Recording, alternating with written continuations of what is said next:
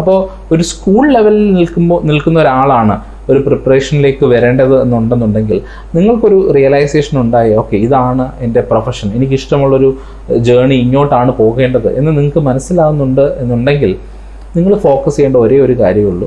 Syllabus നോക്കാം, പക്ഷേ സിലബസിനേക്കാൾ ഉപരി നിങ്ങൾ ആ കാലഘട്ടത്തിൽ പഠിക്കുന്ന പുസ്തകങ്ങളുണ്ടല്ലോ, ഇപ്പോൾ NCERT ആണ് ഞാൻ ഉദ്ദേശിക്കുന്നത്.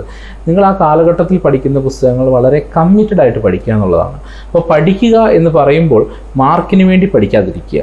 ഓക്കെ, അത് വളരെ വളരെ ഇമ്പോർട്ടൻ്റ് ആണ്. നമ്മൾ മാർക്കിന് വേണ്ടി പഠിക്കുമ്പോൾ നമ്മളൊരു പ്രഷർ ഇട്ടാണ് പഠിക്കുന്നത് അല്ലേ.